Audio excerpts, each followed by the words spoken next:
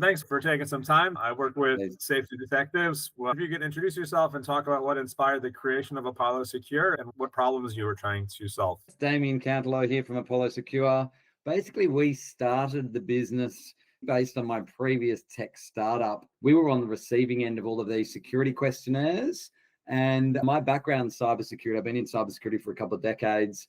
So we'd always been helping clients respond to those questionnaires and uplifting their security maturity. But when you're in the hot seat as a business owner yourself, there's a lot of work to be done, and it's hard on a tight budget with limited resources. So basically, I saw firsthand how hard it is to respond to those questionnaires, not just the process of responding, but actually doing the things that are asked of you, generating a full set of policies, doing your staff training, doing a vulnerability scan, running a risk assessment, all the things that you needed to do. So basically, I just thought, hey, there's got to be a platform to automate all of this stuff.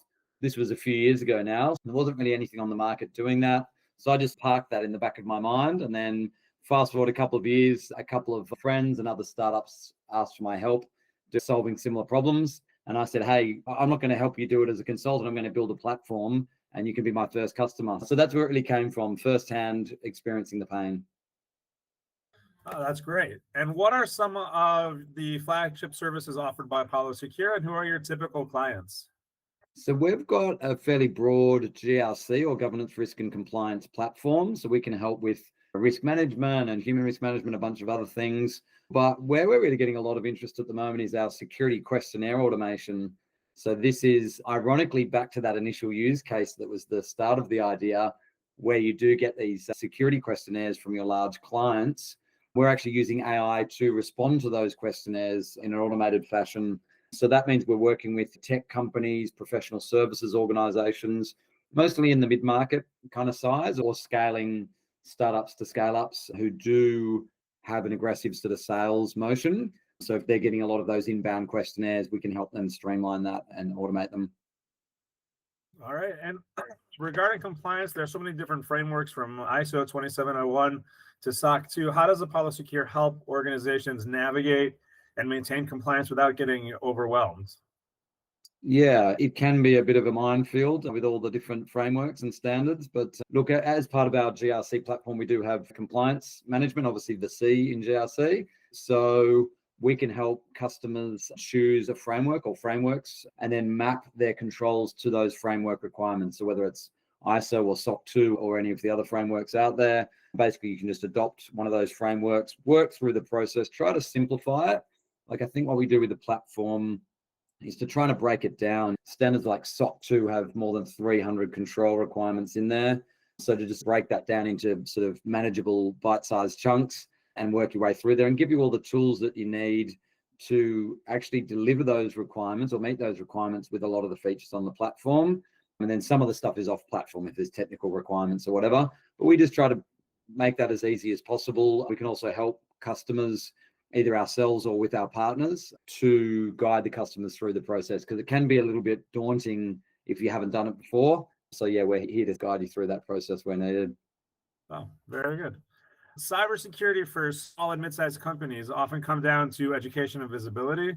What are some of the biggest misconceptions among business owners when it comes to protecting their data? Specifically around protecting data, I think it's this concept of data sprawl. Like most people are running off sort of SharePoint or a Dropbox or some sort of shared drive structure, and they implement access control on the files where they reside. But of course, as with most businesses, people start sharing those files. They start emailing them to each other. They put them on a USB key and send them off to an event or whatever it might be. So just that data sprawl, I think, where there's one of the bigger risks, specifically around data privacy, just because the controls that you put in place, people always find a way around them, whether deliberately or just accidentally, just through convenience. As I said, like just emailing customer lists out to the whole sales team, and that's all your PII going out the door and onto unmanaged devices and whatever else. So I think data sprawl is a real one, and it's really hard to handle that access control, and doing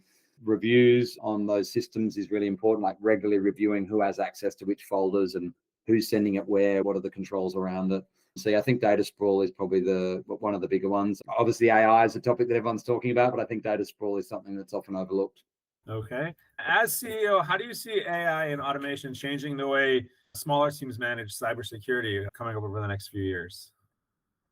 Yeah, look, everyone's obviously talking about AI and how that's being used in cybersecurity. I think a lot of people typically look at that kind of security monitoring, analytics, that sort of side of things seems to be a good use case for it. Obviously, we're using it for things like security questionnaire responses. So I think it's more the administrative processes. So the boring filling in of spreadsheets or writing up a report, like I think they're the things that we'll see AI driving most efficiency with.